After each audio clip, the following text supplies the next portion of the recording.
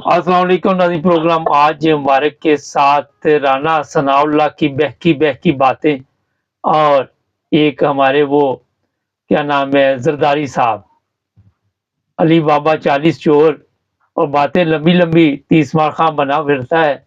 अब्दुल क़य्यूम साहब हमारे साथ है। सर ये क्या मईशत ठीक करेंगे, कौन इनको पैसे देगा, इनको तो कोई भीख नहीं देता, तो ये क्या लोगों को बेवकूफ समझते हैं? मुबारक साहब, एक बात आप जरा सुनना, हमने बड़े प्रोग्राम किए और हम लोगों ने बड़ी बड़ी बातें की, लोगों तक पहुंचनी चाहिए।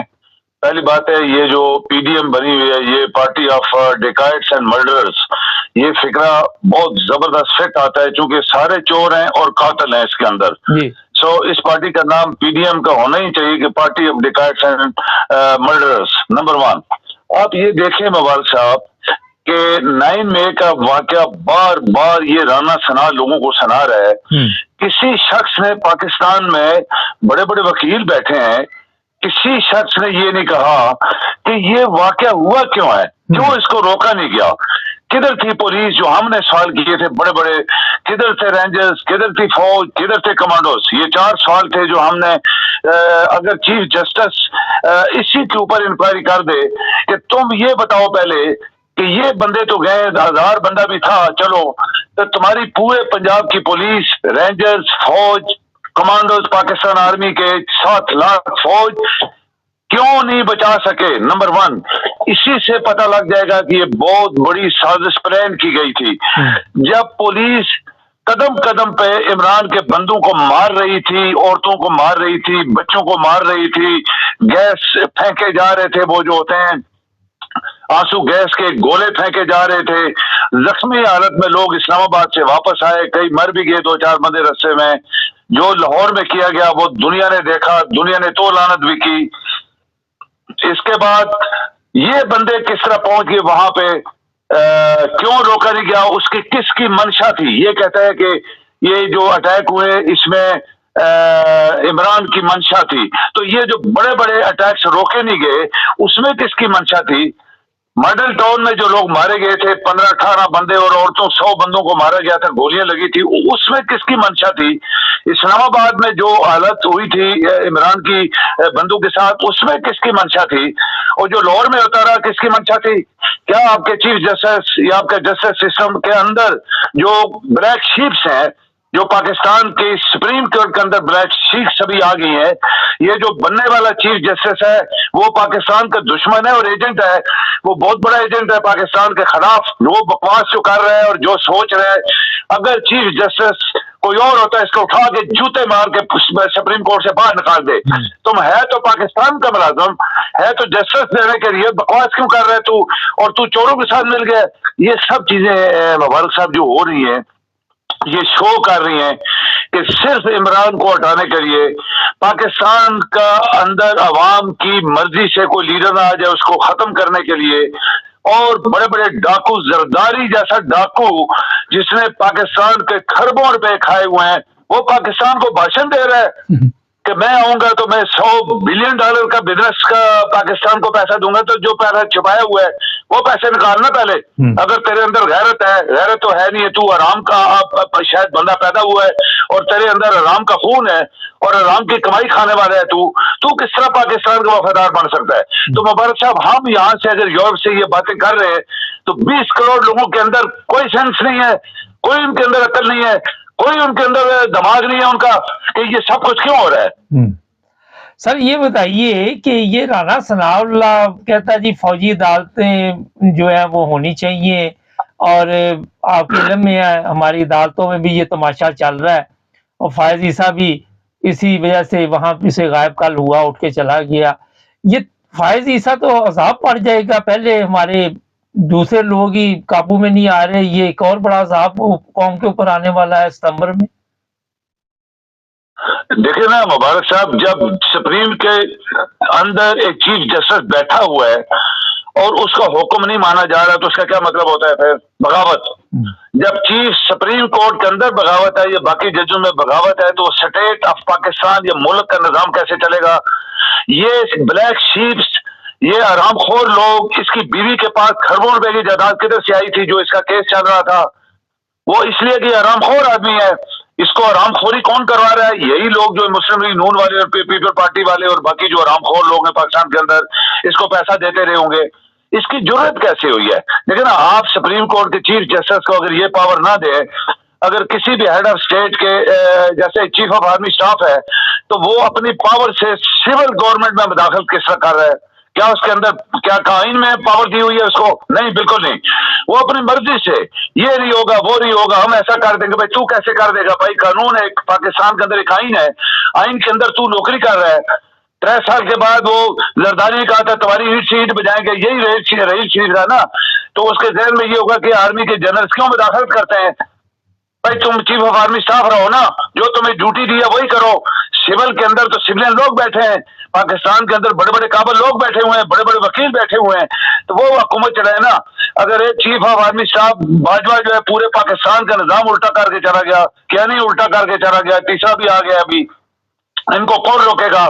آئین کے اندر آپ کا کوئی فیصلہ نہیں مارا، نہ الیکشن ہوئے، نہ جو سپریم کورٹ نے فیصلے دیے کسی وہ سپریم کورٹ کے جسٹس کے اوپر انہوں نے جوتے مارے ہیں. وہ جس چیز سے چیزیں مانگ رہا تھا، چاہے وہ اسٹیٹ بینک ہے، چاہے آرمی ہے، چاہے پرائم منسٹر ہے، چاہے ڈیفنس، چاہے وہ فائنانس منسٹر ہے، کوئی بھی ہے، ایک بندے نے سپریم کورٹ کے چیف جسٹس کی بات نہیں مانی. مبارک صاحب، یہ دنیا میں کہیں ایسے نہیں ہوتا. دنیا میں جو فیصلہ چیف جسٹس 2 لائنیں لکھتا ہے، سیکنڈز کے اندر اس کے اوپر امپلیمنٹیشن ہوتی ہے، اور کوئی بول نہیں سکتا، نہ صدر بول سکتا ہے، نہ وزیر اعظم بول سکتا ہے، نہ کوئی چیف آف آرمی اسٹاف کو تو نام ہی نہیں ہوتا کہیں دنیا کی ملکوں کے اندر. تو یہ جو کچھ کر رہے ہیں، یہ پاکستان آلریڈی اس کنارے پہ ہے کہ وہ دھکا مارو تو ختم. بہت سارے لوگوں نے آپ کے چیف سیکرٹری آپ کہیں کہ وہ سیکرٹری فارن افیئر جو اتنے بڑے جس نے کہا میری 45 سال سروس ہے فارن میں، اس نے کہہ دیا تھا پاکستان ٹوٹ جائے گا. تو یہ کیوں ہو رہا ہے؟ بات یہ ہے کہ یہ رانا ثنا جو قاتل ہے 26 بندوں کا، جس نے ماڈل ٹاؤن میں لوگوں کو گولیاں مروا کے ساری دنیا کے سامنے مارا، اگر انصاف ہوتا تو آج اس کو 26 دفعہ پھانسی دے چکے ہوتے. اور نواز شریف، یہ شہباز شریف، اس کے بیٹے، یہ سب ان کو پھانسی مل گئی ہوتی. انہوں نے 26 بندے مروائے ہوئے ہیں.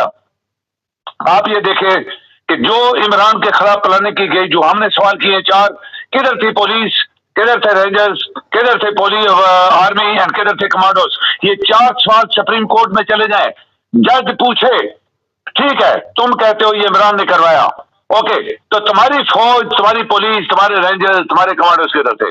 کیوں نہیں روکا گیا؟ تو کدھر یہ پھنس جائیں گے نا.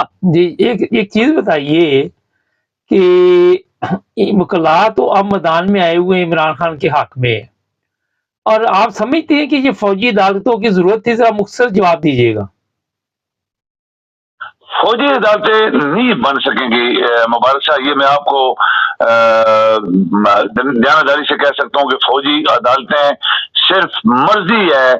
یہ جو پارٹی آف ڈکائٹس اینڈ مرڈررز، یہ ان کی مرضی ہے کہ عمران کو ہٹائیں گے تو الیکشن جیتیں گے نا. عمران کو ہٹانے کے لیے تو یہ 9 مئی کا واقعہ بنایا گیا، اس کو مروانے کے لیے گولیاں مروائی گئی، اس کے بندوں کو اسلام آباد میں مارا گیا، اس کے بندوں کو لاہور میں مارا گیا، صرف اسلام کو اس کو عمران کو ہٹانا ہے. تو یہ تو ساری دنیا کی آنکھیں کھلی ہوئی ہیں، کان کھلے ہیں، دماغ کھلے ہیں، سب کچھ لوگ دل بھی کھلے ہوئے ہیں، دیکھ رہے ہیں کیا ہو رہا ہے. کون اس کو روکے گا؟ چیف جسٹس کی کوئی بات نہیں مان رہا. سر ایک اور چیز مجھے بتائیے کہ الیکشن کا شور پڑ گیا ہے، لندن پھر مرکز بن گیا ہے، لندن سب آ رہے ہیں، شہباز شریف بھی آ گیا ہے اور بھی ان کی ٹیم پہنچ جائے گی، اور نواز شریف دبئی جا رہا ہے، یہ پکنک منائی جا رہی ہے. اور دوسری طرف ہمارے حالات بھی ٹھیک نہیں، ہمارے ملک میں کوئی اجلاس نہیں ہو سکتا، وہاں کوئی جگہ نہیں ہے کوئی.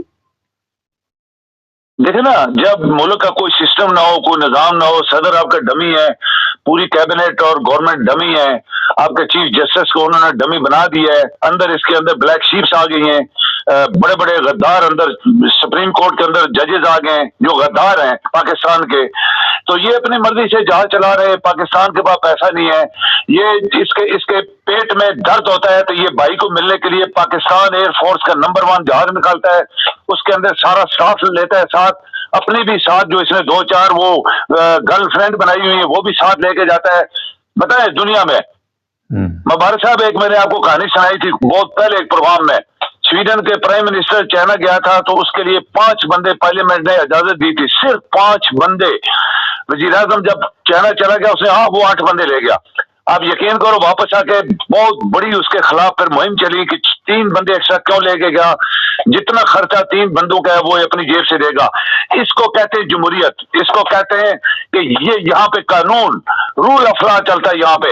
अब तो आपके बंदे तो जहाज भर के जाते हैं, आराम खोरी करके सऊदीया में उम्रे करते हैं, दुबई जाते हैं, मस्कत उधर जाते हैं, पेरिस में जाते हैं, लंदन जाते हैं, अमेरिका जाते हैं, जहाज पाकिस्तान का करोड़ों रुपए लग रहे हैं, उसको कोई कंट्रोल करने वाला नहीं, कोई क्वेश्चन करने वाला नहीं है। आपकी नैब या बाकी अदारे FIA वैसे लोगों को पकड़ के नंगा कर रहे हैं। तो जो ये हरामखोर बैठे हैं, ये हरामखोर वजीर आजम और इसका पूरा घर और इसकी पूरी फैमिली और इसके तमाम जो कातल और चोर हैं, डिकाइट्स एंड मर्डरर्स, ये सारे पाकिस्तान के रिसोर्सेज को इस्तेमाल कर रहे हैं। तो कौन है जो इनसे क्वेश्चन करेगा? चलें सर, बहुत शुक्रिया, थैंक यू।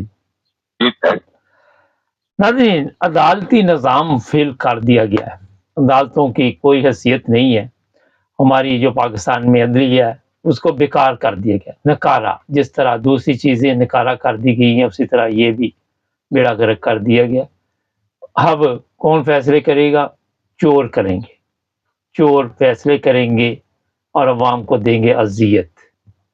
औरतों को गिरफ्तार, पहले मर्दों को गिरफ्तार किया गया, अब जिस तरह वो अपने पंजाब के गवर्नर रहे चीमा साहब, सरफराज चीमा, उनकी बेगम को उठा लिया कल का, उनको रिमांड के लिए पेश किया जा रहा है, कभी कुछ किया जा रहा है और इनके पास कोई चीज़ नहीं। जब तक इन्होंने मुल्क को बिल्कुल जिस तरह बांग्लादेश वाला हाल नहीं करना, ये अगर मैं थोड़ा सख्त बोल दूँ, जिस तरह कहते हैं कमाद में मसूर घुस जाएँ तो फिर कमाद की क्या हालत करते हैं।